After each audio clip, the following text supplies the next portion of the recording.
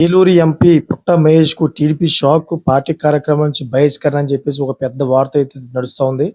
అసలు ఎంతవరకు నిజం అనే విషయాలు మనం వీడియోలో పూర్తిగా తెలుసుకుందాం.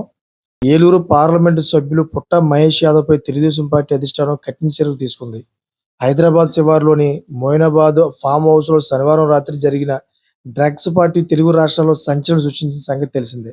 సో, ఈ ఘటనలో ఎంపీ పుట్ట మహేష్ పేరు వినిపించడం, ఆయనకు బ్లడ్ టెస్టులో డ్రగ్స్ తీసుకున్నట్లు నిర్ధారణ కావడంతో పార్టీ దీన్ని సీరియస్‌గా తీసుకుంది.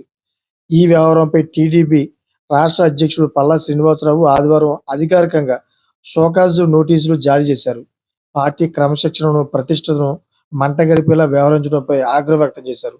ఒక బాధ్యతాయుతమైన పదవిలో ఉండి ఇలాంటి అసాంఘిక కార్యకలాపాల్లో పాల్గొన్నట్లు వస్తున్న వార్తలు పార్టీకి తీవ్ర నష్టాన్ని కలిగిస్తున్నాయని, ఈ పరిణామాలను పార్టీ అత్యంత సీరియస్‌గా తీసుకుంటుంది అని నోటీసులో పేర్కొన్నారన్నమాట. ఏది ఏమైనా గానీ ఈ విషయం మాత్రం టీడీపీకి ఒక పెద్ద మచ్చ అని చెప్పుకోవచ్చు. ఎక్కడ చూసినా గానీ మొత్తం ట్విట్టర్ నిండిపోయిందన్నమాట. ఈయన గురించే మొత్తం విపరీతమైన వీడియోస్, విపరీతమైన ట్రోల్స్, మొత్తం న్యూస్ చక్కర కొడుతూనే ఉంది. ఈ ఘటనపై పూర్తి స్థాయి లిఖితపూర్వక వివరణను 5 రోజుల్లోగా పార్టీ కార్యాలయానికి అందజేయాలని ఎంపీ మహేష్‌ను ఆదేశించారు.